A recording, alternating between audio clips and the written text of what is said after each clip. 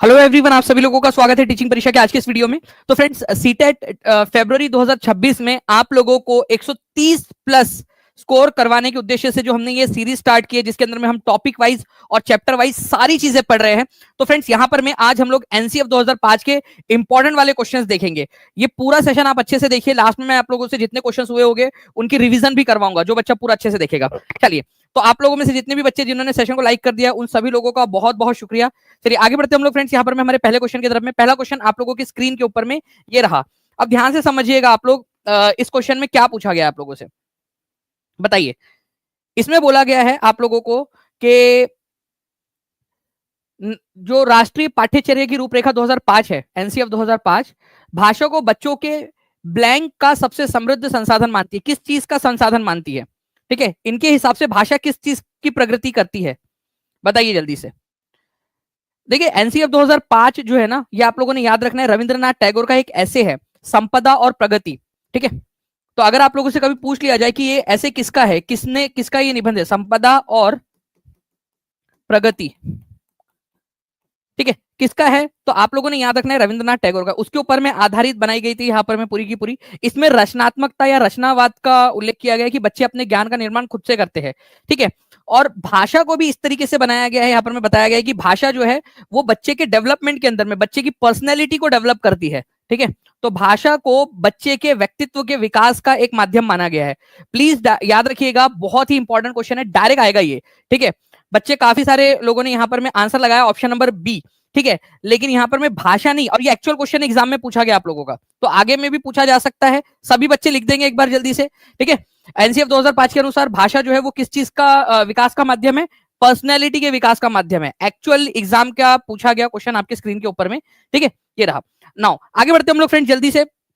ठीक है, जितने भी लोगों ने सेशन को लाइक कर दिया, एक बार हाथ ऊपर करके बता देंगे जल्दी जल्दी से, ताकि ऐसे ही हम लोग बहुत सारे क्वेश्चंस आपको करवा सके। ठीक है, तो डी इसका आंसर हो जाएगा। अब एक चीज मैं आगे बढ़ने से पहले एक आपको चीज बताना चाहूंगा यहाँ पर मैं। आप लोग देखिए फ्रेंड्स, एनसीएफ 2005 के अनुसार 5 मुख्य बिंदु है, और मैंने इसको एनसीईआरटी का, जो एनसीईआरटी ने जो पब्लिश की पुस्तक एनसीएफ 2005 के ऊपर में, उससे भी वेरीफाई कर लिया है, और इग्नू का जो बीएड का जो यूनिट नंबर 2 है उससे भी वेरीफाई कर लिया। मतलब आप टीचिंग परीक्षा पर यहाँ जो पढ़ रहे हो, बिल्कुल वेरीफाइड मटेरियल पढ़ रहे हो। ठीक है, यही से क्वेश्चन भी बनेंगे, मैं आपको प्रूफ भी दिखा दूंगा। ज्ञान को स्कूल के बाहरी जीवन से जोड़ा जाए, connect knowledge to life outside the school, ये एक इसका क्या है, प्रिंसिपल है, गाइडिंग प्रिंसिपल है। दूसरा, move away from rote learning. ठीक है, आप रट्टाफिकेशन से दूर लेकर जाएंगे बच्चों को, ये एक चीज कही गई है। डायरेक्टली मैं आपको ऑथेंटिक सोर्स से पढ़ा रहा हूं। ठीक है, do not make text books the centre of learning. आपको जो है पाठ्यक्रम को पाठ्य पुस्तकों के केवल इर्द गिर्द नहीं रखना है, आपने बच्चे को सोचना, बच्चे को खेलना, ठीक है, और बच्चे की रचनावाद जो है उसके ऊपर में ध्यान देना है आप लोगों ने। बच्चे को केवल पुस्तकों के आसपास ही नहीं रखना है कि जो पुस्तक में पढ़ाया गया है बस वही चीज रखेंगे आप। Integrate classroom activities and make them flexible.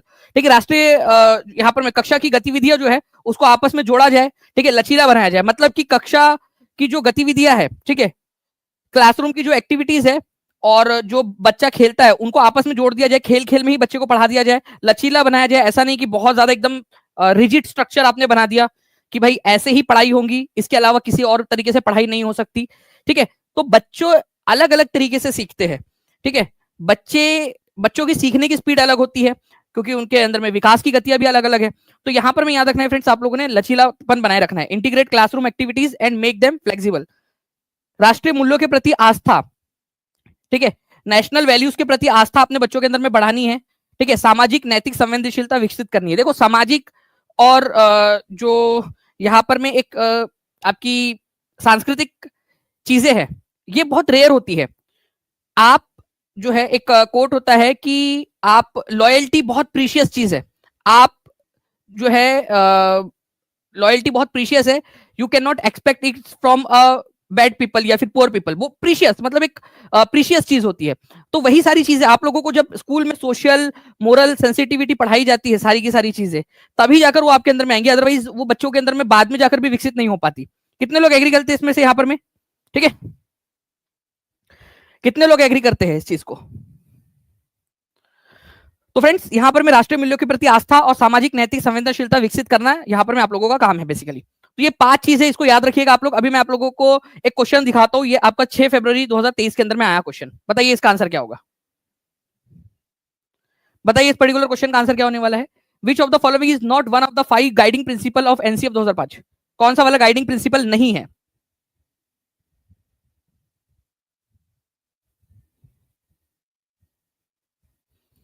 इस पर्टिकुलर क्वेश्चन का आंसर कर देंगे जल्दी जल्दी से आप लोग। एसएसटी की भी क्लासेस होंगी, जल्दी होंगी, ठीक है। देखिए यहां पर मैं अभी आप लोगों को बताया मैंने, और एग्जाम का एक्चुअल क्वेश्चन आप देखिए, ज्ञान को विद्यालय से बाहरी जीवन से जोड़ना, ये इसका है, ठीक है। Ensure that learning is based on base is not based on, देखो अगर आप कीवर्ड ही एकदम पढ़ के जाओगे तो आप हो सकता है रोट लर्निंग देखोगे और को लगेगा यार ये तो गलत है, बट यहाँ नॉट लिखा हुआ है कि लर्निंग रोट मेमोराइजेशन के ऊपर में या रट्टन अधिगम के ऊपर में आधारित नहीं होनी चाहिए, ठीक है। तो ये भी बिल्कुल सही है। पाठ्यचर्या को इस प्रकार से समृद्ध बनाना कि बच्चों को समग्र विकास में मदद करे और पाठ्यपुस्तक पर केंद्रित ना हो, मतलब केवल पाठ्यपुस्तक पर केंद्रित नहीं करना है बच्चों को, ठीक है। एक व्यावसायिक अध्यापक की भूमिका निभाना, ठीक है। Performing a role of professional teacher, एक प्रोफेशनल टीचर नहीं भाई, आपको क्या करना है, एनसीएफ बोलता है फैसिलिटेटर की भूमिका निभाना है आपने, ठीक है। फैसिलिटेटर बनना है बच्चे का, तो ये वाला गलत है, तो आंसर हो जाएगा ऑप्शन नंबर डी, ठीक है। प्रोफेशनल टीचर नहीं, बल्कि आप लोगों ने क्या करना है, एक फैसिलिटेटर की भूमिका निभानी है बच्चे के लिए, ये इसका बेसिकली आंसर है, तो डी इसका आंसर हो जाएगा, ठीक है। कितने लोगों का सही हुआ है हाथ ऊपर करके बता देंगे जल्दी जल्दी से, और साथ में चैनल को सब्सक्राइब भी जरूर कर लीजिए ताकि आप लोगों को आगे में भी सारी अपडेट्स मिलती रहे, ओके। जी हाँ बिल्कुल, ये एमआरएस के लिए भी इंपॉर्टेंट रहेगा, आप लोगों के लिए वहां पर में भी काम आएगा ये, ठीक है। तो ये सारी चीजें आप लोगों को बताया मैंने कि स्कूल के ज्ञान को बाहर स्कूल के बाहर की लाइफ से जो है कनेक्ट करना है आप लोगों ने, रोट लर्निंग से दूर हटना है, ठीक है। आप लोगों को जो है कक्षा में केवल पाठ्य पुस्तक पर आधारित नहीं रखना है, ठीक है। राष्ट्रीय मूल्यों को आप लोगों ने जोड़ना है और लचीला रखना है आप लोगों ने। Now it is recommended that children be taught in their mother tongue at the primary stage, because बच्चों को जो है प्राइमरी स्टेज में उनकी मातृभाषा में समझाया जाना चाहिए। कारण क्या हो सकता है, एग्जाम में क्वेश्चन आया 5 जनवरी 2022 का एक्चुअल क्वेश्चन आपका, ठीक है, बताइए आप लोग। ठीक है अभी Sadia vlog ji, thank you very much. Anushree Sharma, बहुत बहुत शुक्रिया आपके प्यारे से कमेंट के लिए।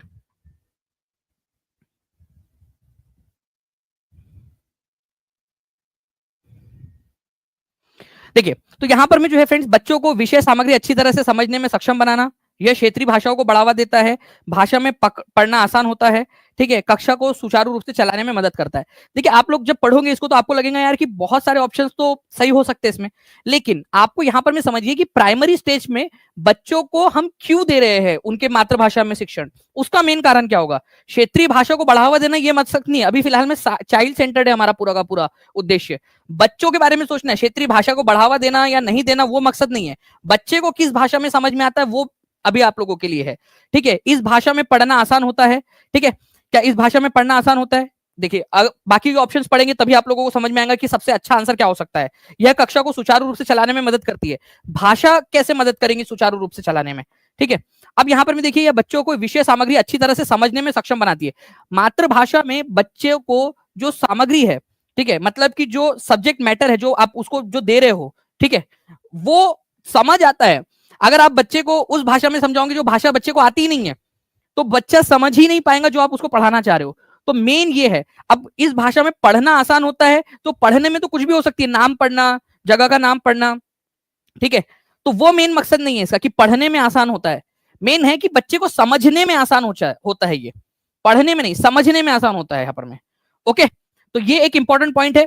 ऐसे ही क्वेश्चंस आप लोगों को जो है पूरे के पूरे करवा दूंगा मैं, तो जल्दी जल्दी से जो है आप लोग चैनल को सब्सक्राइब जरूर कर लीजिएगा ताकि आप लोगों को सारे के सारे नोटिफिकेशंस मिल सके, ओके।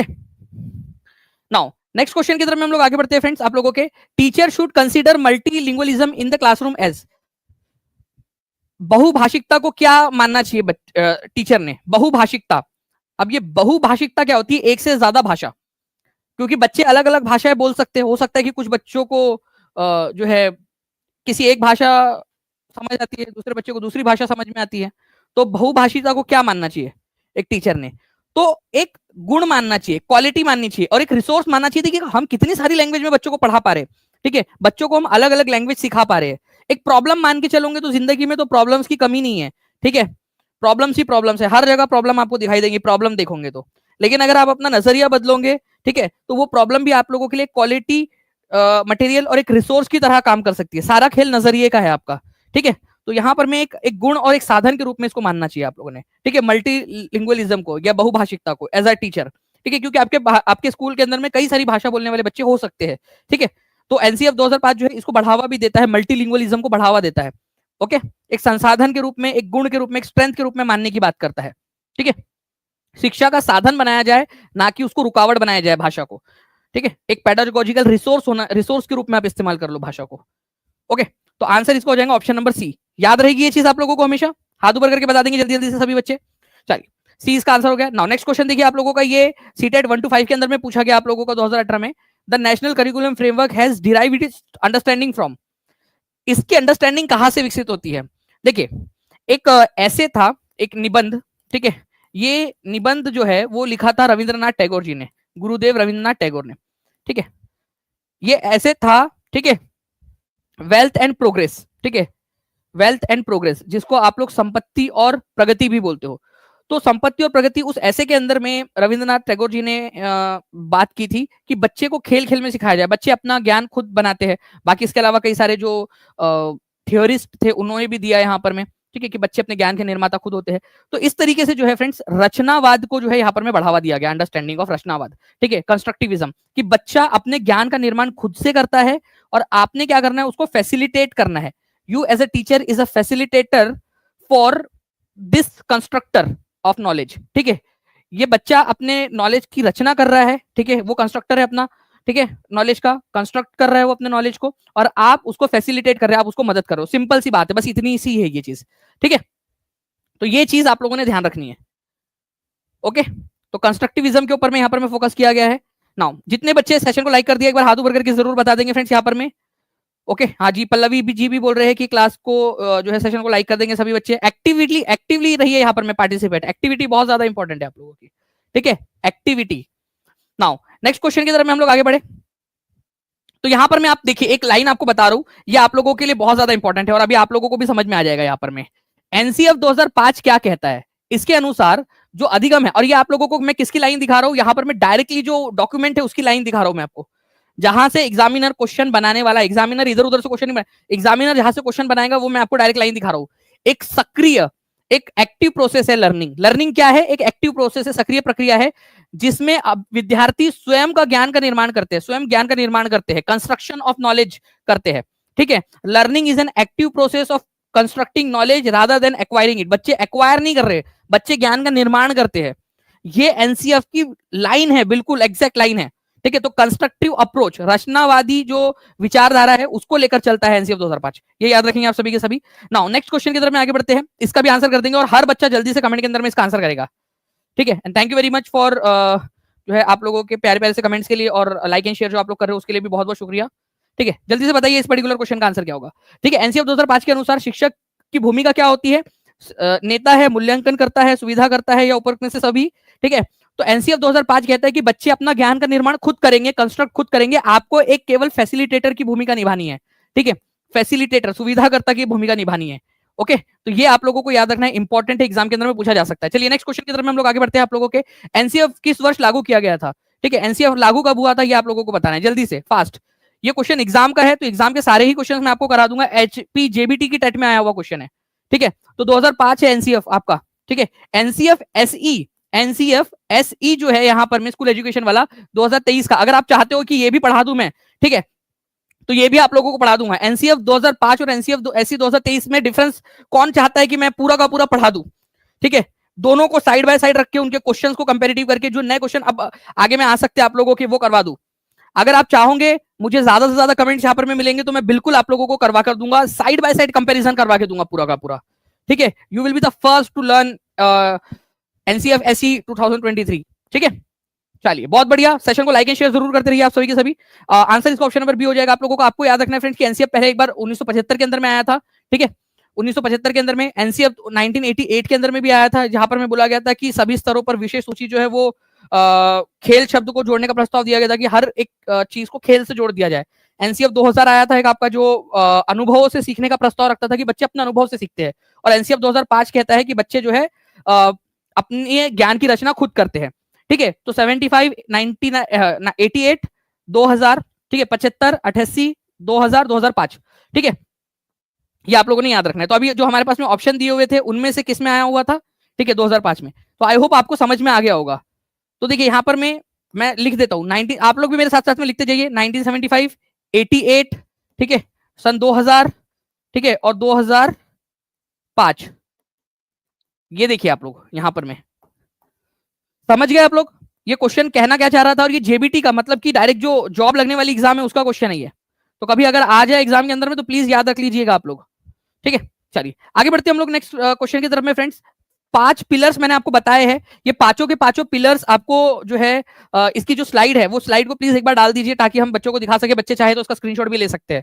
ठीक है, मैं अभी आप लोगों को स्लाइड फिर से दिखा दे रहा हूँ। ठीक है, हिंदी इंग्लिश दोनों में बाइलिंगुअल है। आप लोग उसका स्क्रीनशॉट ले लीजिएगा। राष्ट्रीय पाठ्यचर्या की रूपरेखा एनसीएफ 2005 जो है यह अनुशंसा करती है कि बच्चों की स्कूली शिक्षा को किससे जोड़ा जाना चाहिए। एग्जाम का क्वेश्चन है, आप लोग बताएंगे जल्दी से। कॉन्फिडेंस आप लोगों का तभी बढ़ेगा जब आप लोग एग्जाम के क्वेश्चंस को सॉल्व कर पा रहे हो फास्ट। ठीक है, outside the school environment, annual examination, ठीक है, मुख्य धारा की राय जो मतलब ज्यादातर लोग सोचते हैं उससे जोड़ दो।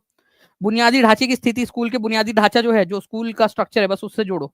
नहीं, आउटसाइड द स्कूल इन्वायरमेंट, बच्चा स्कूल के बाहर का जो इन्वायरमेंट है उससे जोड़ जोड़ के पढ़ाओ बच्चे को। ठीक है, ताकि बच्चा आसानी से समझ सके। क्योंकि केवल स्कूल के अंदर की चीजें बच्चे को सिखाओगे तो बच्चा कुछ भी नहीं सीख पाएगा। तो आंसर यहाँ पर मैं आप लोगों को ऑप्शन नंबर बी हो जाएगा। प्लीज इसको याद रखना है आप लोगों ने। नेक्स्ट क्वेश्चन की तरफ में आगे बढ़ते हैं। 83% लोगों ने सही आंसर दिया था। ठीक है, नाउ ये 5 आप देख सकते हो कि इसी में से क्वेश्चन आया था ये। क्या आप लोग चाहते, इसका स्क्रीनशॉट ले लो एक बार जल्दी से। ठीक है, जल्दी से लिखेंगे यहाँ पर मैं ले लेंगे इसका स्क्रीनशॉट।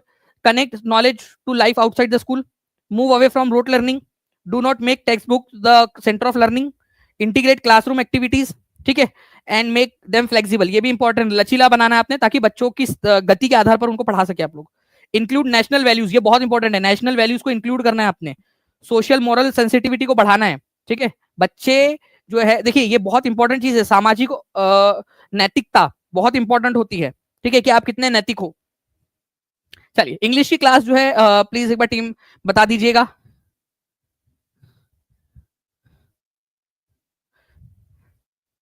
कि इंग्लिश की क्लास जो है वो कब से होने वाली है ताकि बच्चे लोगों को पता भी चल जाए। नेक्स्ट क्वेश्चन की तरफ में आगे बढ़ते हैं। एनसीएफ 2005 के अनुसार एक शिक्षक की भूमिका इस प्रकार होनी चाहिए। ठीक है, फिर से ये क्वेश्चन आया रिपीट होकर, तो ये क्वेश्चन बार बार आते हैं आप लोगों को। मैं हर एक तरह से जो अलग अलग तरीके से क्वेश्चन पूछे जा सकते हैं सारे आपको बता दूंगा। तो एनसीएफ 2005 के अनुसार एक शिक्षक की भूमिका जो है क्या होनी चाहिए, एक फैसिलिटेटर की तरह होनी चाहिए, सुविधाजनक या सुविधाकर्ता की तरह होनी चाहिए। नेक्स्ट क्वेश्चन की तरफ में हम लोग आगे बढ़ते हैं। राष्ट्रीय पाठ्यचर्या रूपरेखा 2005 के अनुसार, ठीक है, बच्चे कैसे पढ़ते हैं। अभी जो बच्चा स्टार्टिंग से देख रहा है हाथ ऊपर करके बता दो एक बार जल्दी से, जो भी बच्चा है जो देख रहा है।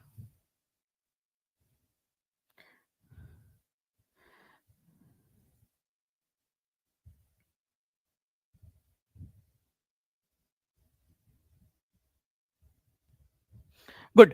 तो देखिए आप लोगों ने यहाँ पर मैं आंसर लगा दिया फ्रेंड्स कि आर पैसिव रिसिपिएंट्स, बच्चा पैसिव नहीं होता है। ठीक है, निष्क्रिय। आप में से कितने लोग निष्क्रिय है और कितने लोग सक्रिय। जितने लोग सक्रिय रूप से देख रहे हैं वो हाथ ऊपर करके बता देंगे और सेशन को लाइक भी जरूर कर देंगे। सक्रिय अगर जितने भी बच्चे हैं तो सक्रिय होने से फायदा क्या होता है। ठीक है, पैसिव रहोगे तो बस ठीक है सुन रहे हो और आराम से दिमाग में पीछे से चल रहा है। ठीक है, टप्पू के पप्पा अभी तक आए नहीं, मैंने खाना बना के रख लिया, सर की क्लास भी चालू हो गई। ठीक है, और जो लड़के हैं वो सोच रहे हैं कि नेहा क्या कर रही होंगी, वो भी क्लास देख रही होंगी क्या। ठीक है, पता नहीं 2 दिन से मैसेज नहीं आया उसका, मतलब आपका दिमाग खो जाता है इधर उधर। इसलिए एक्टिविटी बहुत जरूरी है, एक्टिव रहना आपका। ठीक है, don't have the capacity to regulate their learning. उनके पास अपने सीखने की विनिमय उसको विनिमय करने की क्षमता नहीं होती। बिल्कुल होती है, बच्चा अपना बराबर से उसको कर सकता है। ठीक है, तो बच्चे जो है वो एक्टिव रोल निभाते हैं ना कि पैसिव रोल। तो आंसर इसका डी हो जाएगा आप लोगों का। Learn best through rote memorization, बच्चे लर्निंग से रट्टाफिकेशन से क्या सीखेंगे। अब आप देखो ये खुद आपको ये समझ में आ गए है। ठीक है, क्वेश्चन क्योंकि आपको आपने समझा है, रट्टा नहीं मारा इस क्वेश्चन का। ओके, तो बेस्ट थ्रू रोट मेमोराइजेशन ये गलत है। अगर आपसे गलत वाला पूछता तो फिर आप सोचते उसको। ओके, चलिए बढ़िया। कितने लोग एक्टिव है यहाँ पर में और कितने लोग पैसिव है यहाँ पर में। अनमैरिड लोग भी है सर, वो क्या सोचते हैं सर। वही तो बताया, अनमैरिड लोग, वो नेहा के बारे में सोच रहा था। ठीक है, ज्यादातर अनमैरिड लोग ही सोचते इधर उधर। ठीक है, एनसीएफ का मुख्य फोकस बाल केंद्रित शिक्षा और क्या है बताओ। The prime focus of NPS was child centre during learn, ठीक है, child centred learning and learning without burden, बोझ के बिना सीखना, खेल खेल में सीखना, व्यवहारवाद दृष्टिकोण के माध्यम से सीखना, चित्रों के माध्यम से सीखना। देखो कितने क्लोज ऑप्शंस है, समझ रहे हो आप लोग, कितने क्लोज ऑप्शंस है। ऐसे क्वेश्चंस की प्रैक्टिस और इसका एक्सप्लेनेशन क्या है वो आप लोगों को समझना जरूरी है, ठीक है। एक्चुअली में क्या होता है फ्रेंड्स, यहाँ पर मैं एनसीएफ 2005 का जो डॉक्यूमेंट है वो ये कहता है कि जो बच्चे हैं पहले उनको एक बर्डन की तरह पढ़ाया जाता था कि ये चीज तुमने रोट करनी है, ये तुमको पढ़ के आना है, एग्जाम सेंटर्ड होती थी बच्चों की पढ़ाई।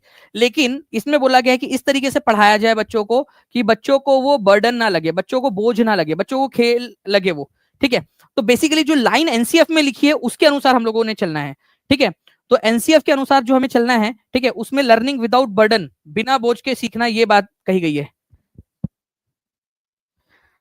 जी, तो हटागरे साहब जो है उन्होंने यहाँ पर में हमें आश्वासन दिया है कि 5 बजे गुरुवार को इंग्लिश की क्लास होंगी, ठीक है।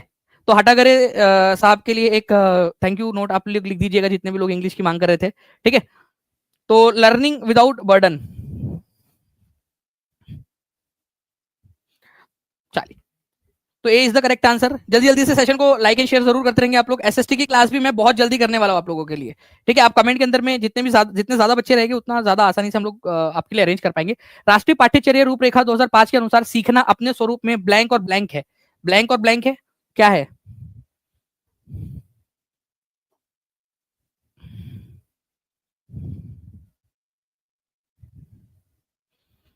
चलिए, तो इस पर्टिकुलर क्वेश्चन का आंसर क्या हो जाएगा फ्रेंड्स, यहाँ पर में बच्चा जो है सीखना का स्वरूप, सबसे पहली बात तो पैसिव नहीं है। यहाँ पर में बहुत सारे बच्चे हो सकते हैं जो पैसिवली यहाँ पर में देख रहे होंगे, सिर्फ देख रहे हैं लेक्चर, ठीक है, एक्टिविटी नहीं कर रहे या कमेंट में आंसर नहीं कर रहे, तो वो पैसिव बच्चे हो जाते हैं, निष्क्रिय रूप से बैठे हुए, ठीक है। कुछ बच्चे हैं जो एक्टिवली पार्टिसिपेट कर रहे हैं और वो आगे बढ़ने वाले बच्चे हैं, ठीक है। तो हर किसी से मैं चाहूंगा कि आप लोग एक्टिव रहिए, ठीक है। तो पाठ्य सीखना जो है वो एक्टिव है, लेकिन सोशल भी, ठीक है, सामाजिक प्रक्रिया भी है एक तरीके से, क्योंकि आप अपने आसपास की चीजों से भी सीखते हो, ठीक है। तो एक्टिव और सोशल प्रोसेस है ये एक तरीके से, ठीक है। तो अकॉर्डिंग टू एनसीएफ, अब देखो ध्यान से समझिए यहाँ पर मैं, अब आप क्या सोचते हो मैं क्या सोचता हूँ वो मैटर नहीं करता, मैटर क्या करता है कि अकॉर्डिंग टू एनसीएफ क्या है, एनसीएफ किस बारे में बात करता है उस वो मैटर करता है आप लोगों के लिए, ठीक है। तो अकॉर्डिंग टू एनसीएफ ये आप लोगों ने ध्यान रखना है कि भाई जो लर्निंग है वो एक्टिव और सोशल कैरेक्टर की होती है। नाउ नेक्स्ट क्वेश्चन की तरफ में हम लोग आगे बढ़ते हैं फ्रेंड्स, ठीक है। ये केवीएस पीजीटी का क्वेश्चन 2017 के पेपर में आया हुआ, आप खुद सोचिए कि आप लोग का लेवल कितना आगे बढ़ता जा रहा है। इस क्वेश्चन का आंसर करेंगे आप लोग जल्दी से। देखिए यहां पर मैं बोला है निम्नलिखित में से कौन सा राष्ट्रीय पाठ्यचर्या रूपरेखा 2005 का मार्गदर्शक सिद्धांत नहीं है। अब आप लोगों को पता है, मैंने फिर से आपको बता दूं, मैंने आप लोगों को 5 गाइडिंग प्रिंसिपल्स बताए थे। जितने बच्चे स्टार्टिंग से देख रहे हैं हाथ ऊपर कर दीजिए, ठीक है।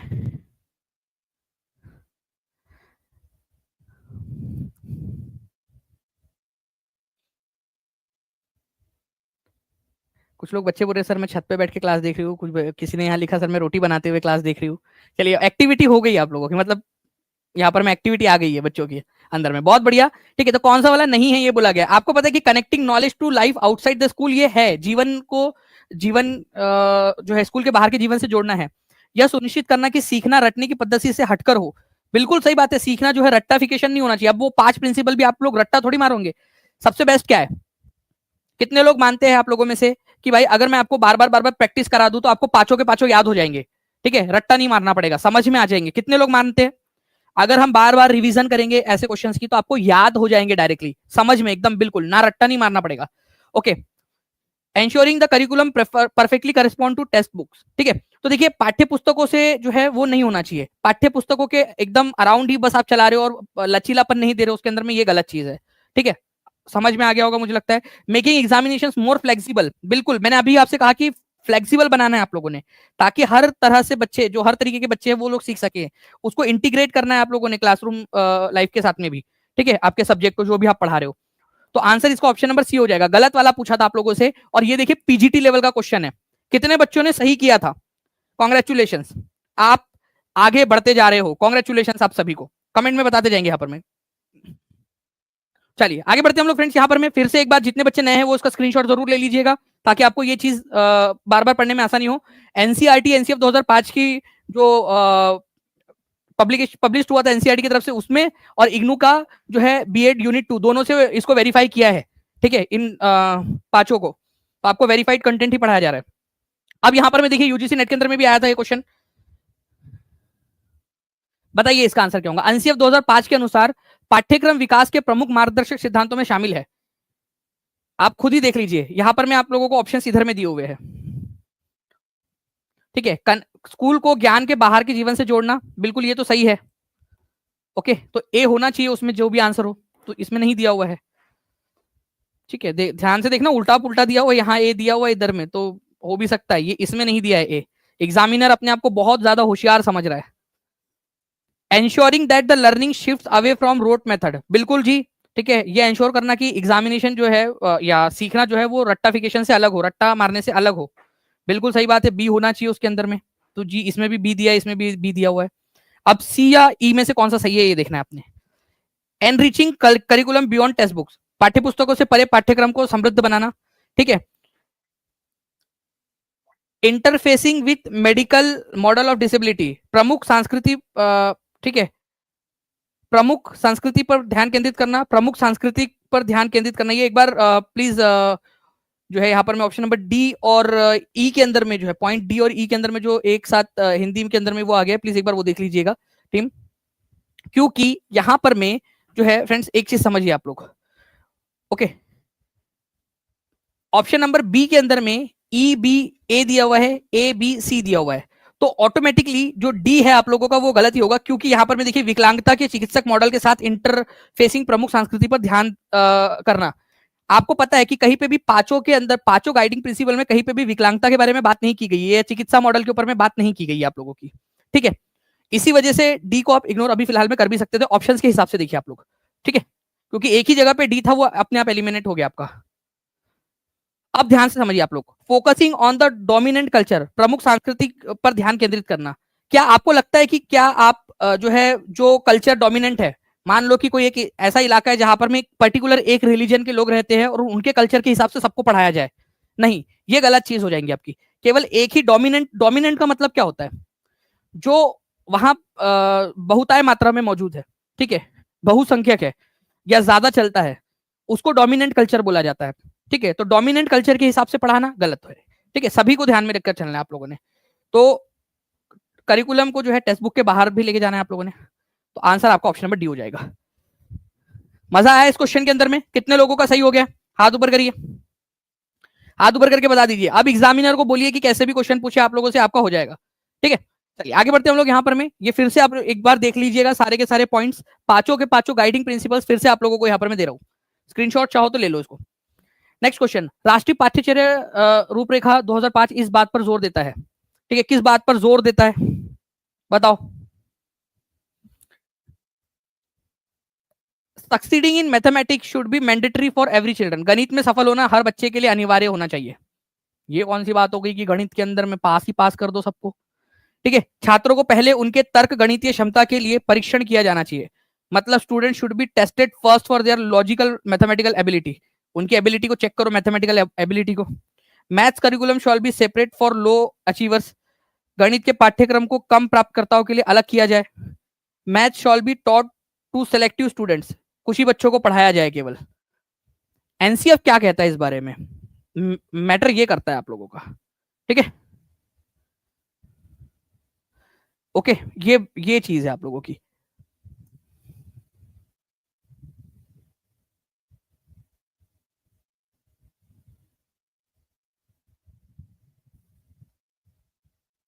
अब यहां पर मैं आप लोग देखिए एक चीज, पहले क्या था ना कि बच्चे को अंदर में, ठीक है, पहले ऐसा था कि बच्चा अगर बेसिक मैथमेटिकल कैलकुलेशंस नहीं कर पा रहा है तब भी आप क्या करते थे, उसको आगे भेज देते थे।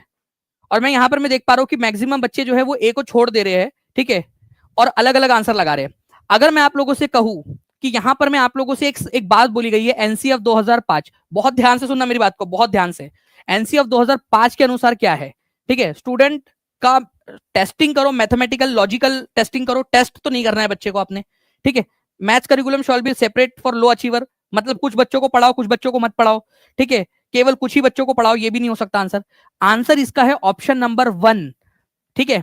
और कुछ लोगों के दिमाग में अभी ये बात उतरेंगी नहीं, बट मैं अब आप लोगों को क्लियर करता हूँ ये चीज, ठीक है, ध्यान से समझना आप लोग, ये बात क्लियर करता हूं मैं आप लोगों को। बात यहां पर में हो रही है एनसीएफ की, कि एनसीएफ 2005 क्या कहता है, आप क्या कहते हो, मैं क्या कहता हूं, ये मैटर नहीं करता इसके लिए। एग्जामिनर के लिए मैटर करता है कि एनसीएफ क्या कहता है। इसी वजह से मैंने आप लोगों के लिए ऑथेंटिक सोर्स लेकर आया है, ठीक है, कि एनसीएफ 2005 जो है इस बात पर जोर देता है कि गणित में, ठीक है, सफल होना हर बच्चे के लिए अनिवार्य होना चाहिए। क्योंकि क्या होता था पहले कि टीचर कुछ बच्चों को, जो पढ़ाकू बच्चे हैं, ठीक है, उनको एनसीएफ पढ़ा देते थे केवल, ठीक है, और जो बच्चा नहीं कर पा रहा उनको छोड़ देते थे, बोलते थे चलो यार नहीं सीख रहा इसको छोड़ दो। क्या ऐसा करना चाहिए क्या, जल्दी बताइए, क्या ऐसा होना चाहिए कि कुछ बच्चों को पढ़ाया बाकी लोगों को छोड़ दिया, ऐसा होना चाहिए क्या, नहीं। तो यहां पर मैं सबसे पहली बात तो ये वाला पॉइंट एलिमिनेट हो जाता है कि कुछ सेलेक्टेड स्टूडेंट को पढ़ाया जाए, ये गलत है, पहले ऐसा करते थे स्टूडेंट्स के साथ में teachers. Curriculum shall be separate for low achiever, मतलब जो कमतर बच्चे हैं उनको अलग से मैथमेटिक्स पढ़ाया जाए, अलग तरीके का मैथ्स पढ़ाया जाए, नहीं भाई सबको पढ़ाया जाना चाहिए और सब गणित में सफल होना है उन्हें, ठीक है। तो मैथ्स के अंदर में बच्चों को, क्योंकि बेसिक मैथमेटिक्स नहीं आएगा तो बच्चे आगे जाकर क्या करेंगे, ठीक है, आगे जाकर बच्चे बेसिक कैलकुलेशंस नहीं कर पाते फिर, ठीक है। तो मैथ्स में सक्सेस करना बच्चों के लिए मैंडेटरी होगा, बच्चों को इससे टीचर को पढ़ाना भी पड़ेगा, ठीक है, ओके, बच्चों को पढ़ाना भी पड़ेगा टीचर ने, और टीचर ने उनको इस तरीके से पढ़ाना पड़ेगा कि उनके लिए मैंडेट, मतलब बच्चा पास हो, ठीक है। ये एनसीएफ के डॉक्यूमेंट में लिखा है। इसको जो है फ्रेंड्स गणितीयकरण बोला गया है। क्या बोला है इसको, तो इस प्रक्रिया को क्या बोला गया है, ये क्वेश्चन भी बन सकता है, ठीक है। मैथमेटिक्स का जो एजुकेशन है वो प्राइमरी लेवल पे देना है, इसी को शास्त्रों में, और शास्त्र कौन सा है हमारा, एनसीएफ 2005 का जो शास्त्र है हमारा, उसी में गणितीयकरण या मैथमेटाइजेशन बोला गया है। क्या बोला गया जल्दी से बताओ, मैथमेटाइजेशन, गणितीयकरण बोला गया इसको एनसीएफ के डॉक्यूमेंट के अंदर में, इस प्रक्रिया को मैथमेटाइजेशन, ठीक है। चलिए अब याद रहेगा ये क्वेश्चन कभी भी आए तो, चलिए गुड। एनसीएफ 2005 के अनुसार शिक्षक की भूमिका क्या होनी चाहिए, जल्दी से बताइए। देखिए छत्तीसगढ़ टेट का क्वेश्चन, ठीक है, जल्दी जल्दी से बताइए आप लोग। तो आप में से जितने भी बच्चे हैं, ठीक है, जिन्होंने देखा है, ठीक है, फैसिलिटेटिव या सुविधादाता या सुविधाकर्ता होनी चाहिए, ये आंसर इसका होना चाहिए आप लोगों का। आगे बढ़ते हम लोग, जितने नए बच्चे जुड़े हैं वो लोग भी अच्छे से आंसर करते जाएंगे। ये एनसीएफ की डॉक्यूमेंट के अंदर में लिखा है, वही वाली चीजें आप लोगों को बताया। और अगर आप चाहते हो कि ये कलरफुल पीपीटी आप लोगों को मिल जाए, ठीक है, कितने लोग चाहते हैं, आप लोगों ने क्या करना है, दो चीजें करनी है, सेशन को लाइक कर देना है आप लोगों ने, चैनल को सब्सक्राइब करना है, और सीटेट बाय टीचिंग परीक्षा, सीटेट बाय टीचिंग परीक्षा, ये जो टेलीग्राम ग्रुप है उसको ज्वाइन कर लेना है आप लोगों ने। सीटेट बाय टीचिंग परीक्षा, यहां पर मैं सारी पीडीएफ आप लोगों के लिए उपलब्ध करा दी जाती है, ओके। नाउ राष्ट्रीय पाठ्यचर्या की रूपरेखा 2005 का विचार किससे प्राप्त होता है, सीटेट दिसंबर 2018 का पेपर, ठीक है, जो कि बहुत बढ़िया पेपर आया था, ठीक है। इसके अंदर में दिया गया है ह्यूमनिज्म मानवतावाद पर है, व्यवहारवाद पर है, रचनावाद पर है, या संज्ञानात्मक सिद्धांत पर है, बताइए यहां पर में जल्दी जल्दी से। तो आंसर यहां पर में हो जाएगा कंस्ट्रक्टिविज्म। इसका मतलब क्या होता है, मुझे अपने आसान शब्दों में लिखकर बताओ आप लोग, थोड़ा सा कोशिश तो करो। देखो कोशिश, रचना, देखो रचनावाद आप भी, आपके ऊपर में भी लागू होता है, आप भी धीरे धीरे सीखोगे, ठीक है। तो धीरे धीरे बताइए यहाँ पर में लिख के कि इसका मतलब क्या है, कंस्ट्रक्टिविज्म का मतलब क्या है यहाँ पर में, इस पर्टिकुलर पॉइंट के ऊपर में, ओके। चलिए तो 3 इसका आंसर हो जाएगा। अब देखिए यहाँ पर में एक क्वेश्चन कि as per NCF 2005 the general aspect which is the physical inconvenience to children, NCF 2005 के अनुसार ब्लैंक एक सामान्य पहलू है जो बच्चों के लिए शारीरिक असुविधा है। बच्चों के लिए कौन सी चीज शारीरिक असुविधा का काम करता है, आप में से कितने लोग जो है 2005 से पहले भी स्कूल वगैरह जाते थे, 2005 के बाद में भी जब तक इसको अच्छे से लागू नहीं किया गया, ठीक है, तब तक भी वही हाल था, ठीक है। आप लोगों ने देखा होगा कि आज भी कई जगह पे होता है कि बच्चों का जो है ना, उनका स्कूल बैग उनके वजन से ज्यादा भारी होता है, ओवरबर्डन्ड स्कूल बैग्स, अत्याधिक भार युक्त स्कूल बैग। क्यों होता था पता है, हमारे जमाने में तो ऐसा होता था कि टीचर जो है ना, वो जो लेक्चर टाइम टेबल में नहीं दिया, एक तो टाइम टेबल नहीं देते थे सरकारी स्कूल वगैरह में अगर कोई पढ़ा हो, ठीक है, एक तो टाइम टेबल नहीं देते थे, और टाइम टेबल दिए भी है तो वो टाइम टेबल फॉलो नहीं होता था। टाइम टेबल के अलावा जो है वो कोई भी आ जाता था टीचर, ठीक है, लेने के लिए, और बुक नहीं लेकर आए तो फिर पिटाई भी होती थी। आजकल तो पिटाई करना बना कर दिया गया है, ठीक है, हमारे जमाने में तो भाई पिटाई क्या कुटाई कर देते थे, वो पिटाई एक छोटी सी चीज है, वो हो जाती थी डायरेक्ट कुटाई। कितने लोगों की हुई है यहाँ पर में, कोई है यहाँ पर में लड़के, लड़कियों की भी होती है कि कुटाई, कितनी लड़कियां हैं यहाँ पर में, होती है कि लड़कियों की कुटाई हुई है क्या किसी की, चलिए। तो ओवरबर्डन स्कूल बैग्स के यहाँ पर में इसको माना गया है। राष्ट्रीय पाठ्यचर्या रूपरेखा 2005 अनुशंसा करती है कि शिक्षण को अधिकतम महत्व देना चाहिए। ठीक है, कौन से वाले शिक्षण को अधिकतम महत्व देना चाहिए जी? तो राष्ट्रीय पाठ्यचर्या रूपरेखा 2005 कहती है क्लासरूम, ठीक है, relating classroom learning to life outside the school. बिल्कुल जी, इसके ऊपर में तो बात बोलता ही है। मेमोराइजिंग ऑल साइंटिफिक टर्म, अरे साइंटिफिक टर्म बच्चे को क्या जो है यहाँ पर में समझ में आने वाला है। ठीक है, उसको अपने दादा दादी का नाम नहीं पता होगा, उसको मम्मी पापा का नाम पता हो जाता है, बच्चा याद कर लेता है, लेकिन दादा दादी नाना नानी का नाम नहीं पता होता उसको। ठीक है, उससे पूछो तुम्हारे पापा का नाम क्या है छोटे बच्चे को। कितने लोगों ने ये ऑब्जर्व किया, अगर कोई स्कूल में टीचर वगैरह होगा, आप लोग पार्ट टाइम जॉब वगैरह कर रहे होंगे, उनसे पूछो तुम्हारी मम्मी का नाम क्या है, मम्मी का नाम है मम्मी। ठीक है, पापा का नाम क्या है, पप्पा, बस यही बोलते बच्चे लोग। ठीक है, उनको क्या साइंटिफिक टर्म तुम याद कराओगे उनसे। Answering all question given in text book exercise, पाठ्य पुस्तक में जो दिए गए हैं बच्चों को वो क्वेश्चंस करवाओ उनसे। ठीक है, नहीं वो नहीं करवाना है आप लोगों ने। हर क्वेश्चन बच्चों को बेसिकली आप लोगों ने क्या करना है, जो टेक्स्ट बुक है और उनके जो आसपास में जो चीजें उनको जोड़ के करना है अपने। Improving students performance in examination, examination एक जस्ट एक टूल है। ठीक है, जस्ट एक टूल है कि बच्चा कितना सीख रहा है। ठीक है, मेन मकसद है आप लोगों का बच्चों की सीखने में मदद करना है एज अ फैसिलिटेटर। ठीक है, हाँ, मम्मी का नाम क्या है तो मम्मा, ऐसे ही बोलते हैं बच्चे, बिल्कुल जो भी वो लोग बोलते होंगे घर में वही सारी चीजें बोलते हैं। नाउ नेक्स्ट क्वेश्चन की तरफ में आगे बढ़ते हैं friends. According to NCF 2005 learning जो है कैसी प्रक्रिया है, यूपी टेट में आया हुआ है। ठीक है, बताइए दादिन दिन्ना। मैं टीचर हूं बट गवर्नमेंट टीचर बन जाऊंगी उस दिन प्राउड के साथ सबको सबसे कहूंगी। ठीक है, तनु श्रीवास्तव जी बोल रहे हैं कि वो प्राउडली जब गवर्नमेंट टीचर बन जाएंगे सब तब बोलेंगे। ठीक है, चलो बढ़िया है। एनसीएफ 2005 के अनुसार अधिगम अपने चरित्र में क्या है? एक तो पहली बात तो पैसिव नहीं है, बच्चा जो पैसिवली पढ़ते हैं ना वो आगे नहीं बढ़ते। ठीक है, तो एक्टिव होना चाहिए और वो सोशल है। देखो अलग अलग एग्जाम में सेम क्वेश्चन रिपीट, मैं आपको बता रहा हूं, अगर आपने अच्छे से सेशंस देख लिए तो आप लोगों को बहुत ज्यादा काम आएगा। एक्टिव एंड सोशल, ये याद रखना है आप लोगों ने, एक्टिव एंड सोशल ये बहुत ही इंपॉर्टेंट है। ओके, एक्टिव एंड सोशल, जितने बच्चों का सही आंसर, क्या बात है यार, एक बार कॉन्ग्रेचुलेशन लिख देंगे आप अपने लिए। 93% लोगों ने सही आंसर दिया है, 93% लोगों ने, कॉन्ग्रेचुलेशन आप सभी लोगों को। नाउ नेक्स्ट क्वेश्चन, रीड के अंदर में राष्ट्रीय पाठ्यचर्या की रूपरेखा 2005 में परीक्षा सुधार शीर्षक, एक शीर्षक है राष्ट्रीय पाठ्यचर्या की रूपरेखा एनसीएफ 2005 में, पूरे डॉक्यूमेंट को मैंने पूरा पढ़ा हुआ है आप लोगों के लिए। ठीक है, 2005 में उसमें एक परीक्षा सुधार शीर्षक के तहत निम्नलिखित में से कौन सा सुधार सुझाया गया है, परीक्षा में क्या सुधार किए जाने की जरूरत है। ठीक है,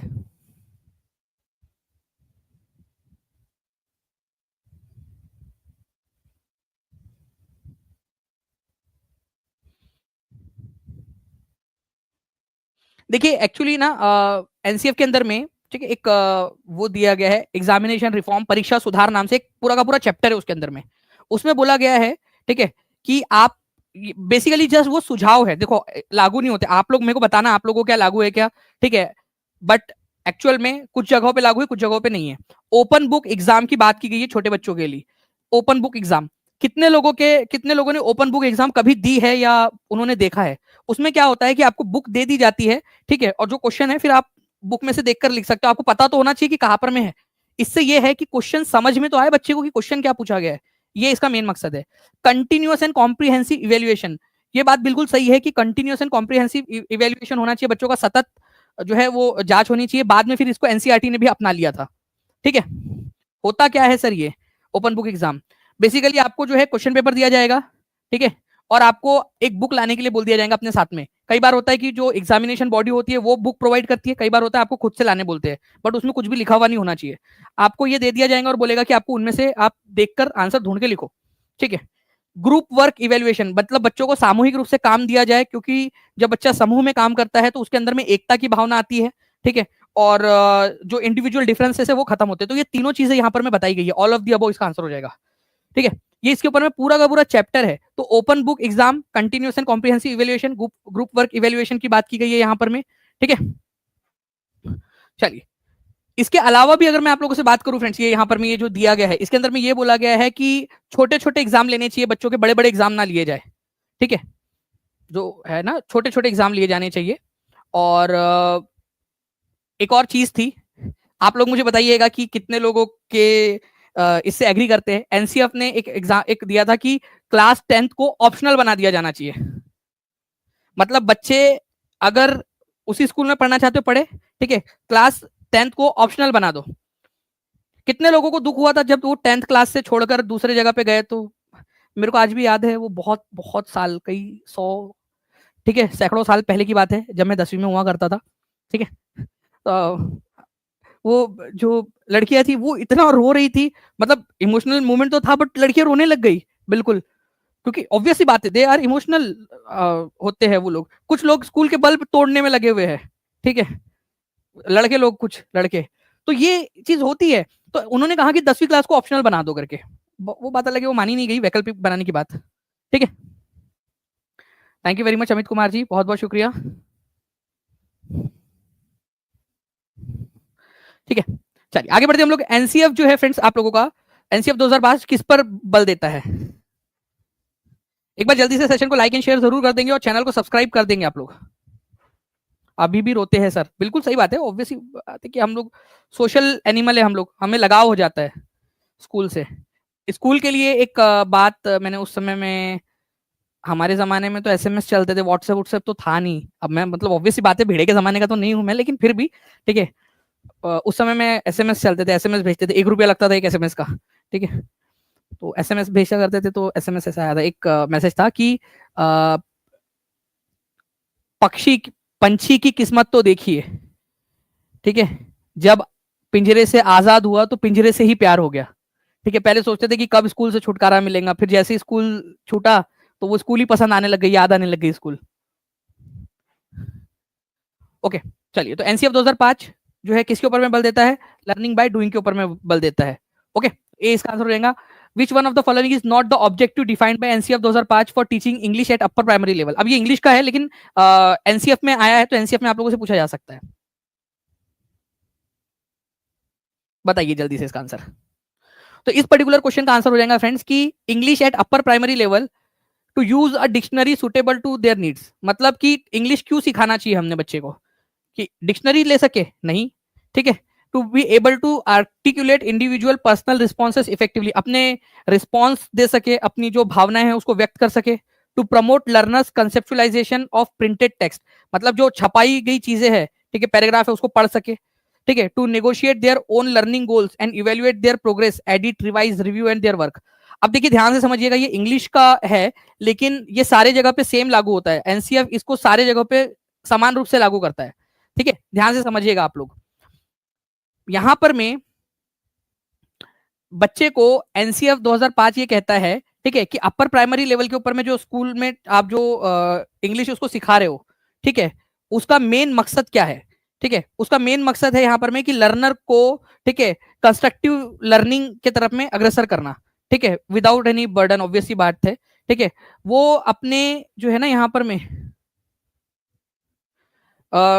जो है वो अपने क्या कर सके, अपने आप को आर्टिकुलेट कर सके। ओके, अपने आप को आर्टिकुलेट कर सके। उसके बाद में बच्चा जो है अपने लर्निंग कंसेप्चुलाइजेशन जो है प्रिंटेड टेक्स्ट है उसकी तरफ में खुद को अग्रसर कर सके। To negotiate their own learning goals, अपने गोल्स को खुद बना सके, गोल्स बना सके अपने की, भाई उसको क्या पढ़ना है, क्या नहीं पढ़ना है, कितना पढ़ना है, क्योंकि भाषा नहीं आएंगी तो कैसे समझेंगे उसको इंग्लिश में।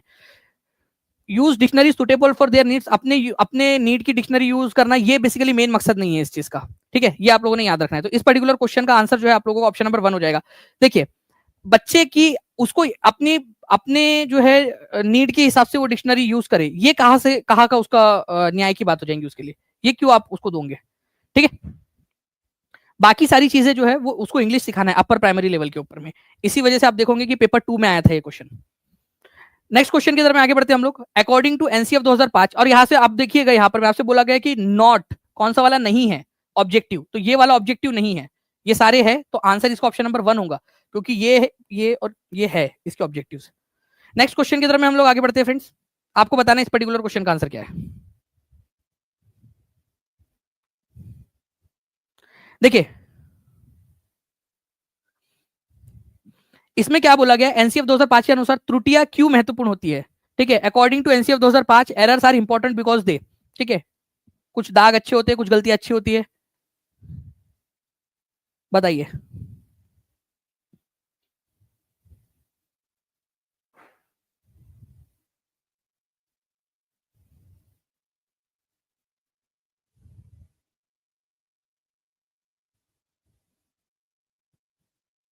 देखिए, वे उत्तीर्ण और अनुत्तीर्ण छात्रों के समूह को वर्गीकृत करने में एक महत्वपूर्ण उपकरण है।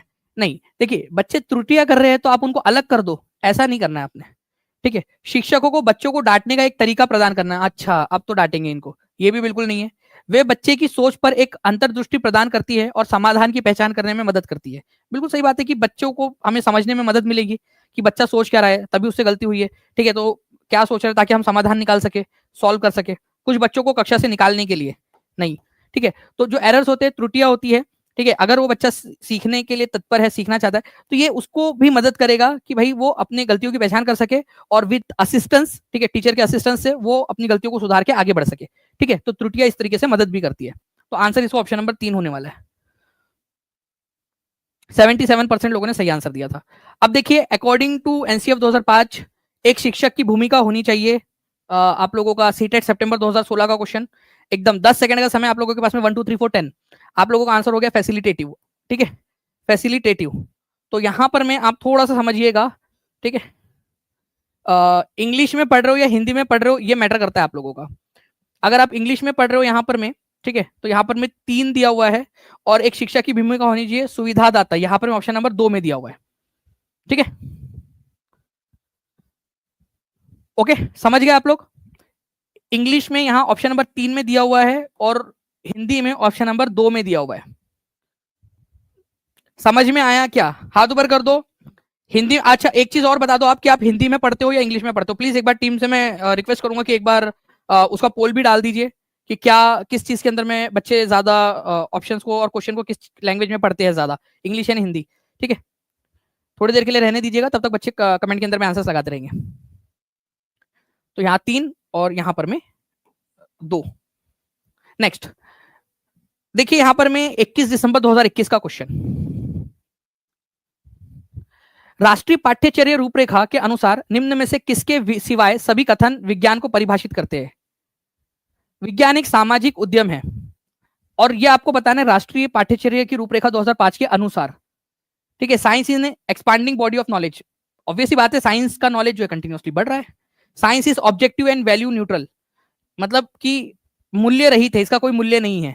वैल्यू न्यूट्रल, उसकी कोई वैल्यू नहीं होती है। क्या ये बात सही है? ठीक है, बताइए जल्दी से। Science is an instrument of social change. Obviously बात है कि साइंस जो है आप लोगों को ये भी चीज दिखाता है कि कैसे समाज में चेंज हुआ है। हम पहले किस तरीके से रहते थे साइंस के पहले, जब इलेक्ट्रिसिटी नहीं थी और जब जो है मल्टी स्टोरी बिल्डिंग्स बनाना संभव नहीं था, तब आप कैसे रहते थे और आज आप कैसे रह रहे हो। और अब जब साइंस और चेंज होगा तो सोशल लाइफ में क्या चेंज आने वाले हमारे, आपको ये चीज पता है ना। ठीक है, तो इसी लिए जो है फ्रेंड्स, यहाँ पर में साइंस जो है ये वैल्यू न्यूट्रल है, ये वाला गलत हो जाएगा। समझने वाली बात है कि क्वेश्चन में क्या दिया हुआ है आप लोगों का। बोला है कि सारे स्टेटमेंट सही है एक्सेप्ट, मतलब सिवाय किसके। तो यहां पर में ये तीसरे वाले के सिवाय सारे सही है। ठीक है, तीसरे वाले के सिवाय सारे सही है। साइंस एक सोशल एंडिवर है, विज्ञान सामाजिक उद्यम है। ऑब्वियस सी बात है, कौन कर रहा है? सामाजिक प्राणी ही तो कर रहे हैं साइंस को। साइंस का अध्ययन कौन कर रहे हैं? जो लोग हैं, सामाजिक प्राणी है हम लोग, हम ही लोग कर रहे हैं उसका अध्ययन। साइंस एक एक्सपांडिंग बॉडी है, उसका नॉलेज कंटिन्यूस बढ़ता जा रहा है और जैसे जैसे नॉलेज बढ़ रहा है, नई नई खोज हो रही है, समाज के अंदर में चेंज वही लेकर आ रहा है साइंस। ठीक है, तो निगेटिव वाला पूछा था आप लोगों से, इसीलिए आंसर आपका ऑप्शन में 3 हो जाएगा। ओके, अभी आप लोगों से देखिए पोल के अंदर में ये भी पूछा है, आप किस भाषा में पढ़ाई करते हैं, इंग्लिश, हिंदी या दोनों में। ठीक है, तो आप ध्यान से आंसर लगाइएगा वहां पर में।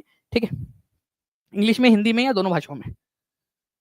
नाउ, सामाजिक विज्ञान के लिए शिक्षा शास्त्र और संशोधन के संदर्भ में राष्ट्रीय पाठ्यचर्या की रूपरेखा 2005 कहती है कि सामाजिक विज्ञान के शिक्षण को प्रयोग करना चाहिए। क्या प्रयोग करना चाहिए? आप एक टीचर हो, सिंपल सी भाषा में मैं अगर समझाऊं आपको, तो आप एक टीचर हो सामाजिक विज्ञान के। आपको, ठीक है, कौन कौन से जो है यहाँ पर में संसाधनों का प्रयोग करना चाहिए। पॉजिटिव स्टेटमेंट पूछा है आप लोगों से। ठीक है, ये फरवरी 2014 में आया था क्वेश्चन। ऐसी प्रबंधन नीतियों का जो छात्रों को अधिक समय तक तथ्यों को याद करने में मदद करती है। तथ्य याद नहीं कराना है बच्चों को आप लोगों ने, आपने रूट लर्निंग नहीं करानी है। सूचना की त्वरित पुनरावृत्ति को बढ़ावा देने वाले मस्तिष्क मानचित्र का मतलब, ऐसे क्विक रिट्रीवल करने के लिए आप बच्चों को माइंड मैप्स बना के दो। Method that promote creativity and critical perspective, बच्चों में क्रिएटिविटी बढ़ाओ। अरे भाई ये बहुत अच्छा बात है, क्रिएटिविटी बढ़ाना है। क्रिटिकल पर्सपेक्टिव मतलब बच्चा उसको ध्यान से सोच सके, उसके ऊपर में दिमाग लगाए अपना, क्योंकि बच्चा अगर दिमाग नहीं लगाएगा अपना क्रिएटिविटी और क्रिटिकल पर्सपेक्टिव के ऊपर में, ठीक है, तो उसका मानसिक विकास नहीं हो पाएगा। वो केवल एक क्या बन के रह जाएगा बच्चा? बच्चा केवल बनकर रह जाएगा जो लिखा हुआ है उसके हिसाब से चलने वाला बच्चा। तो आंसर इसका ऑप्शन नंबर 3 होने वाला है। ठीक है, मैक्सिमम टीचिंग एड का इस्तेमाल करो नहीं भाई, जहां जरूरत है वही करो। बिल्कुल ले सकते हैं। कितने बच्चे चाहते हैं कि फ्राइडे के दिन एसएसटी के कंटेंट प्लस पेडागोजी, ठीक है, कंटेंट प्लस पेडागोजी की एक मैराथन हो जाए। ठीक है, एनसीईआरटी बेस्ड, एनसीईआरटी से ही पूरा पढ़ाऊंगा आप लोगों को, एनसीईआरटी की मदद से ही पढ़ाऊंगा। ठीक है, न्यू एनसीईआरटी आधारित। जितने लोग चाहते हैं कमेंट के अंदर में बता दीजिएगा। ठीक है, इस सेशन के नीचे में भी लिख देना है आप लोगों ने। ठीक है, 5 बजे, मतलब ये सेशन तो होगा ही, उसके अलावा। Now, at the upper primary stage, according to NCF 2005, the content of social science will draw its content from which of the following subject? मतलब एनसीएफ 2005 के अनुसार सोशल साइंस में कौन कौन से सब्जेक्ट होते हैं?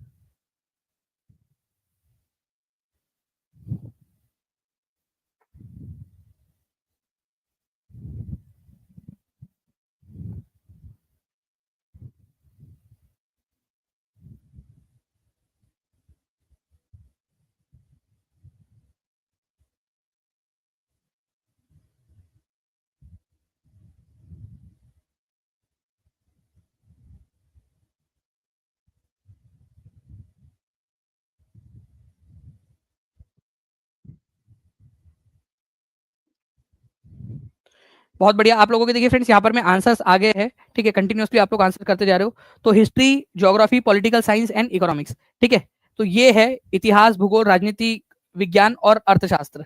ये सब्जेक्ट ऐसे सब्जेक्ट्स है जिसको आप अपर प्राइमरी लेवल के अंदर में सोशल स्टडीज के अंदर में इंक्लूड करते हो। अदरवाइज इसके ऊपर वाली स्टडीज के अंदर में एसएसटी बहुत बड़ा टॉपिक है, बहुत सारी चीजें उसके अंदर में आती है। ठीक है, चलिए नाउ, अब मैं आपको बताता हूँ फ्रेंड्स कि इस तरह के क्वेश्चंस करने से आप लोगों के अंदर में जो है क्या परिवर्तन आता है क्रिटिकल थिंकिंग से। आप लोगों में कितने लोगों में क्रिटिकल थिंकिंग आ चुकी है, इस चीज को हम लोग यहाँ पर में देखने की कोशिश करते हैं।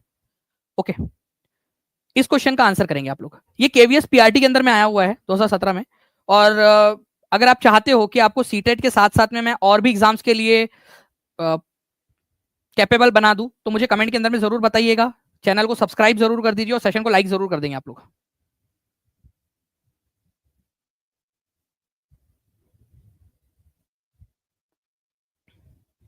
इस क्वेश्चन का आंसर करेंगे आप लोग। देखिए, एनसीएफ 2005 के अनुसार निम्नलिखित में से कौन सा बड़ा परिवर्तन नहीं है। ठीक है, ये बताइए आप लोग। Teacher centric to learner centric बनाना है।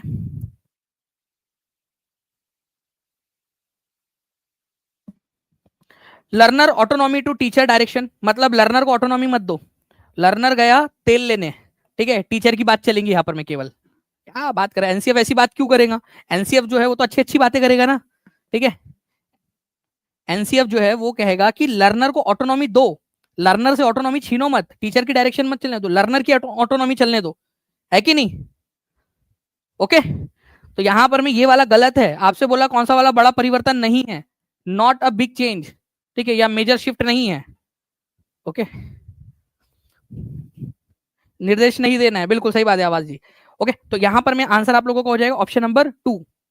हाँ, बाकी के ऑप्शन भी देखते हैं, देख लेते हैं। पैसिव टू एक्टिव, बिल्कुल ऑब्वियस ही, कितने बच्चे यहाँ पर में पैसिव पड़े हुए हैं अभी भी? जल्दी जल्दी से एक्टिव हो जाइए आप लोग भी। ठीक है, एक्टिवली यहाँ पर में पार्टिसिपेट करते रहिए अभी, क्योंकि आपके लिए क्विज आने वाली है थोड़ी देर में। Learning within 4 walls of the classroom to learning the wider social context.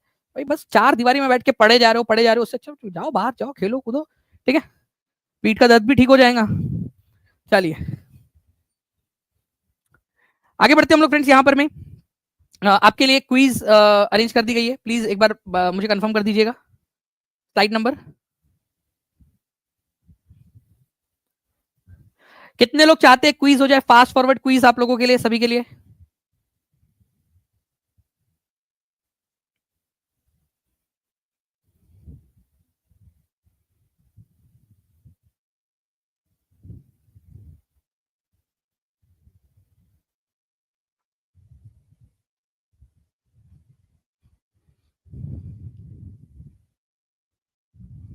चलिए, तो यहाँ पर में मुझे बताया जा रहा है कि क्विक रिवीजन यहाँ पर में लगा दी गई है। तैयार हो आप लोग? प्लीज पोल बना दीजिएगा। ठीक है, बच्चे लोग खुद से आंसर करेंगे, देखते हैं कितने लोग जो है आंसर कर पा रहे हैं। कमेंट के अंदर में आप सभी लोगों के आंसर आ जाने चाहिए। तब तक चैनल को सब्सक्राइब करके सेशन को लाइक जरूर कर दीजिए आप सभी के सभी। ओके, तैयार है सभी लोग? गुड, चलो नाउ पहला क्वेश्चन देखिए, यहाँ पर मैं आप लोगों का आज जो पढ़ा है उनमें से हम लोग करेंगे 5 गाइडिंग प्रिंसिपल जो है एनसीएफ के, उनमें से कौन सा वाला नहीं है? नहीं है बोला है आप लोगों से। पहला क्वेश्चन आपका बताइए, 10 सेकंड का समय आप लोगों के पास में, आपको पढ़ना है और आंसर करना है कमेंट के अंदर में जल्दी से। हो रही है अनिरुद्ध जी? बिल्कुल हो रही है।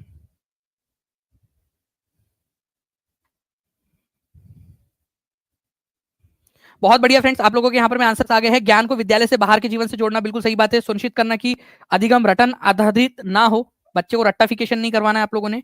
ठीक है, एक व्यवसायिक अध्यापक की भूमिका निभाना ये गलत है।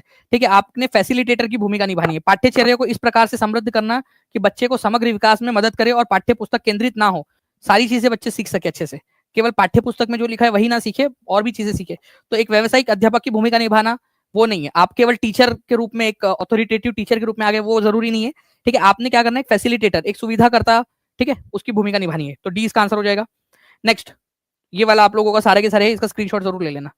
चलिए दूसरा क्वेश्चन आप लोगों का, 10 सेकंड का समय आपके पास में, जल्दी से बताइए। Teacher should consider multilingualism in the classroom.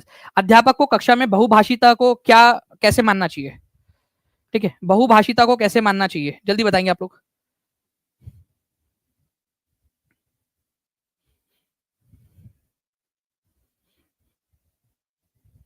बहुत बढ़िया। तो देखिए यहाँ पर मैं फ्रेंड, टीचर जो है उसको बहुभाषिता को एक गुण मानना चाहिए। ठीक है, एक ये एक आपके पास में एक अपॉर्चुनिटी, एक साधन है, आपका रिसोर्स है कि आप अलग अलग लैंग्वेज में पढ़ा सकते हो बच्चे को। तो बच्चे के लिए अगर बच्चे अलग अलग भाषा बोलते हैं तो मल्टीलिंगुअलिज्म एक प्रकार से आपके लिए एक गुण है, एक क्वालिटी है। ठीक है, अगर आप उसको एक प्रॉब्लम कंसिडर करोगे तो फिर प्रॉब्लम में ही उलझे रह जाओगे। नेक्स्ट क्वेश्चन की तरफ में हम लोग आगे बढ़ते हैं फ्रेंड्स। दूसरे क्वेश्चन का तीसरे नंबर का आंसर बताइए आप लोग जल्दी से। इसके लिए केवल 5 सेकंड का समय आप लोगों के पास में। 1 2 3 4 5 खत्म। ठीक है, तो एनसीएफ 2005 के अनुसार एक शिक्षक की भूमिका क्या होती है? सुविधाकर्ता की होती है, फैसिलिटेटर की होती है। 3 में से 3 कितने लोगों के आगे बता दीजिएगा। चौथे नंबर का क्वेश्चन आपका। ठीक है, राष्ट्रीय पाठ्यचर्या की रूपरेखा एनसीएफ 2005 यह अनुशंसा करता है कि बच्चों की स्कूली शिक्षा को ब्लैंक से जोड़ा जाना चाहिए। किससे जोड़ा जाना चाहिए? चौथे नंबर का क्वेश्चन, जल्दी बताएंगे आप लोग।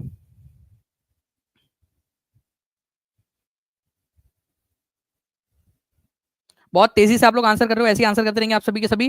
ठीक है, आउटसाइड द स्कूल इन्वायरमेंट, इससे जोड़ा जाना चाहिए। 5वें नंबर का क्वेश्चन हम लोग देख लेते हैं यहाँ पर में फ्रेंड्स। 5th नंबर का क्वेश्चन बताइए जल्दी से, इसका आंसर क्या होगा?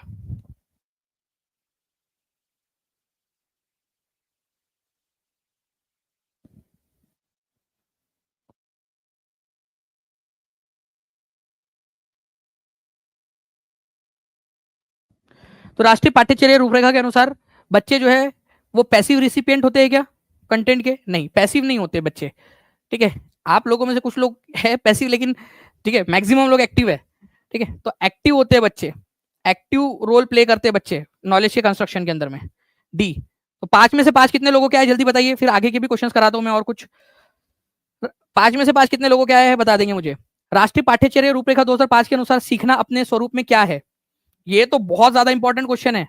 सेम क्वेश्चन यूपी टेट में भी आया था। Also in UP TET, UP TET में भी आया था। बहुत बढ़िया, जितने लोगों भी के भी 5 में से 5 आए हैं। ठीक है, आगे में बढ़ते हैं हम लोग यहाँ पर में। राष्ट्रीय पाठ्यचर्या रूपरेखा 2005 के अनुसार सीखना अपने आप स्वरूप में एक्टिव है और सोशल प्रोसेस है। बी इसका आंसर हो जाएगा आपका। ओके, चलिए 6वें नंबर का क्वेश्चन था ये आप लोगों का, 6th वाला। ठीक है, 7वें नंबर का क्वेश्चन देखिए आप लोग, 7th नंबर का। National curriculum framework consider language as the richest resource of a child. बच्चे के लिए किस चीज का संसाधन का काम करती है? भाषा। ठीक है,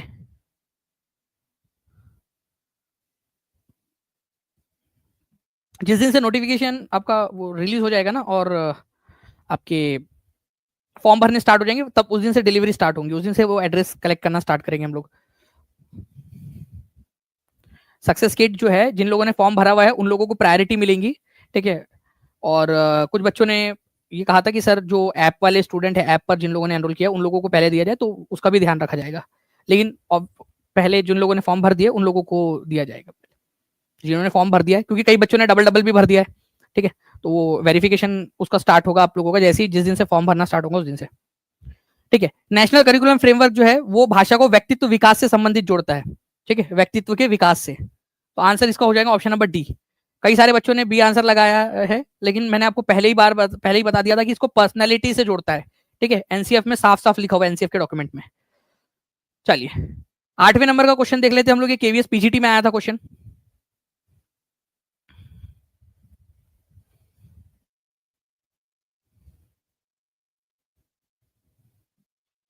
कैसे पता चले कि किसका हुआ है? अब्दुल जेल सीटेड मिशन जी, देखिए अगर आपने फॉर्म भर दिया है तो वो जो है आपको एक मैसेज आएगा, ठीक है, जो आपने नंबर डाला होगा ना वहाँ पर, में उसमें मैसेज आएगा आपको, वहाँ से एड्रेस आपको एक और फॉर्म मिलेगा, उसमें एड्रेस फिल करना है करेक्टली। कई बार क्या होता है, पिछले बार भी कई बच्चों ने गलत फॉर्म भर दिया था, ठीक है, गलत एड्रेस फिल कर दिया था, फिर वो वापस आ गई थी सक्सेस किट। निम्नलिखित में से कौन सा राष्ट्रीय पाठ्यचर्या रूपरेखा 2005 का मार्गदर्शक सिद्धांत नहीं है? Connecting knowledge to life outside school, बिल्कुल है। सुनिश्चित करना कि सीखना रटने की पद्धति से हटकर हो, बिल्कुल सही बात है। यह सुनिश्चित करना कि पाठ्यक्रम पाठ्यपुस्तकों से पूरी तरह मेल खाता हो, नहीं, ये गलत है। ठीक है, ये नहीं करना कि भाई पूरा पाठ्यपुस्तक में से ही पढ़ाया जा रहा है। एग्जामिनेशन मोर फ्लेक्सिबल, बिल्कुल फ्लेक्सिबल बनाना है अपने एग्जामिनेशन को। ओके, चलिए बहुत बढ़िया फ्रेंड्स, आप लोगों ने सेशन को लाइक एंड शेयर जितने भी बच्चों ने कर दिया, चैनल को सब्सक्राइब कर दिया, बहुत बहुत शुक्रिया आपका। ठीक है, चलिए 8वें नंबर का क्वेश्चन हो गया। 9वें नंबर का क्वेश्चन देख लेते हैं हम लोग यहाँ पर में। 9th नंबर का, राष्ट्रीय पाठ्यचर्या रूपरेखा 2005 इस बात पर जोर देता है कि, किसके ऊपर में जोर देता है? एनसीएफ किसके ऊपर जोर देता है?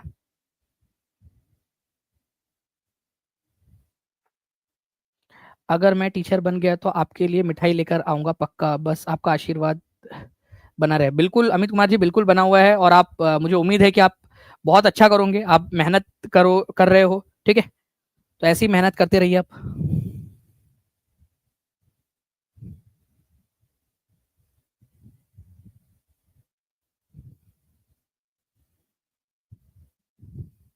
ठीक है, राष्ट्रीय पाठ्यचर्या रूपरेखा जो है वो क्या बात करती है आप लोगों के, कि मैथमेटिक्स जो है वो मैंडेटरी होना चाहिए सक्सीड करना बच्चों के लिए। अभी आप लोगों में से कई सारे लोगों के गले पहले नहीं उतरा था, लेकिन अब आई थिंक उतर गया होगा। सही ने आंसर लगाया आप लोगों ने? कितने लोगों ने सही आंसर लगाया इसका? क्योंकि ये मैंने आपको एक्सप्लेन किया है।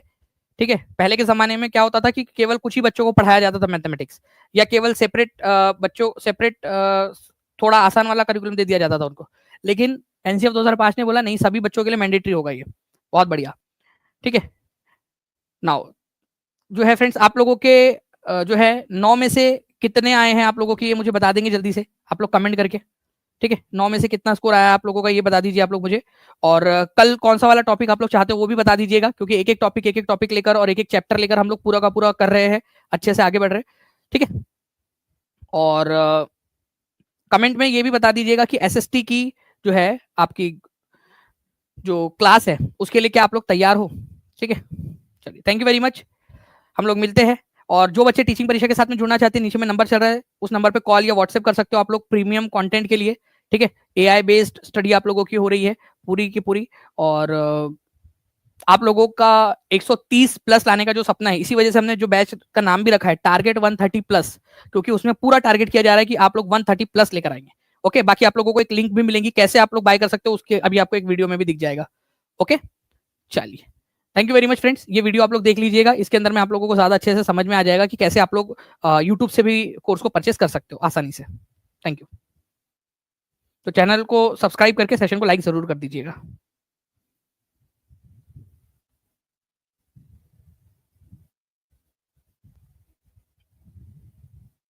हेलो सीटेट एस्पिरेंट्स, आप लोगों ने सोचा होगा क्या टीचिंग परीक्षा यूट्यूब चैनल से डायरेक्टली सीटेट कोर्स खरीदा जा सकता है? तो जवाब है यस, बिल्कुल मुमकिन है। सबसे पहला ऑप्शन, किसी भी वीडियो के नीचे आपको कोर्स की इमेजेस दिखाई देंगे, बस क्लिक करिए और तुरंत परचेस कर लीजिए। दूसरा ऑप्शन, वीडियो के अंदर ही व्यू प्रोडक्ट का ऑप्शन आएगा, उस पर क्लिक करते ही आपको टीचिंग परीक्षा पर अवेलेबल सभी कोर्सेज शो करेंगे।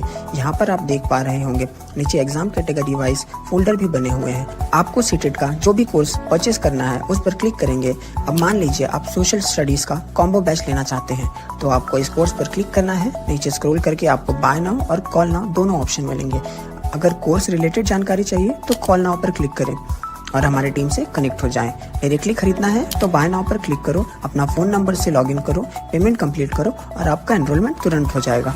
Thank you so much.